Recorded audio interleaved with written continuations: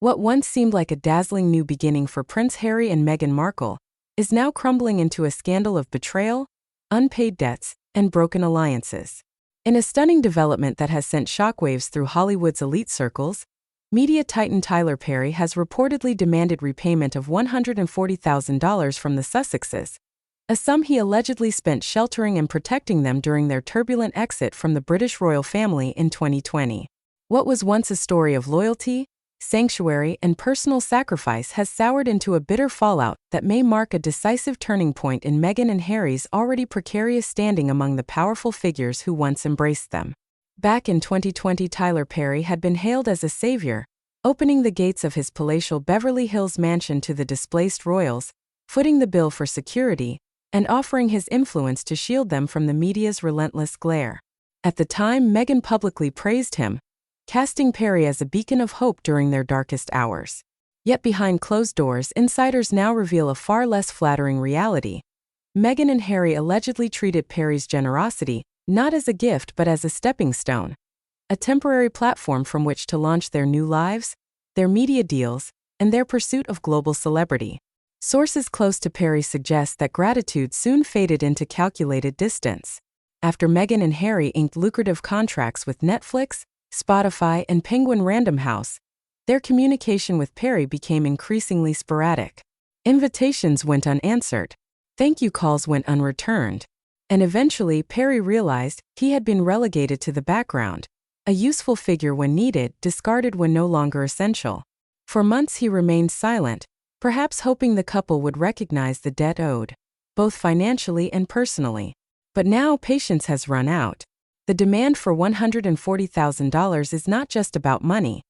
It is a public signal, a clear message that the days of unconditional loyalty are over.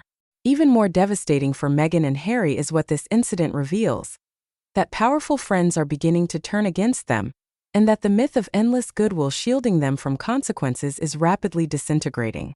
Adding fuel to the fire, Meghan's latest business endeavor, a heavily hyped cooking and lifestyle show intended to rebrand her as a new-age Martha Stewart, has crashed spectacularly. Critics lambasted the project for its shallow content, contrived presentation, and Meghan's palpable discomfort in the kitchen. Industry insiders whisper that Perry had discreetly backed part of the project financially, believing he was helping a friend transition into a sustainable post-royal career. Now, as the show flounders and public interest dwindles, Perry reportedly views it as yet another example of Meghan's reckless ambition and misplaced self-belief. And where is Harry in all of this? Silent, say sources. Silent, distant, and increasingly adrift. Once regarded as a symbol of authenticity, of grounded royal sensibility, Harry is now seen by many as Meghan's silent shadow. A man who has abandoned old friends, advisors, and benefactors in favor of a path that has led them not to respect, but to mounting isolation. Hollywood insiders are blunt. This is not an isolated incident. They describe a familiar pattern: relationships leveraged for advantage, loyalty repaid with coldness, gratitude replaced with entitlement. Perry's experience, they say, mirrors that of others who quietly withdrew their support, as they realized Meghan's ambitions often came at the expense of those who helped her rise. Even more ominously, whispers grow that Perry's call for repayment may be just the beginning. Other former allies, still lurking in the background, are rumored to be considering speaking out, exposing the backroom dealings, the broken promises, the endless spinning of victimhood into currency. If that dam breaks, Meghan and Harry could find themselves not merely shunned, but actively discredited within the circles they once believed would sustain them. For Perry, the issue seems deeply personal. Friends describe him as wounded, not by the money, but by the perceived betrayal of friendship, decency, and shared struggle. He had believed he was helping two people flee an oppressive institution. Instead, he now feels he helped launch a campaign of self-serving ambition masked by platitudes about freedom and service. As the public waits for Meghan and Harry's response, speculation runs rampant. Will they acknowledge the debt and attempt to make amends? Will they unleash their PR machinery to reframe Perry's demand as a misunderstanding, or worse, an attack motivated by jealousy or misunderstanding?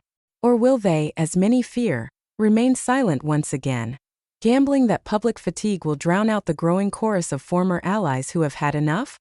Whatever path they choose, one truth has become impossible to ignore: The world that once cheered their escape from the royal goldfish bowl is no longer offering shelter.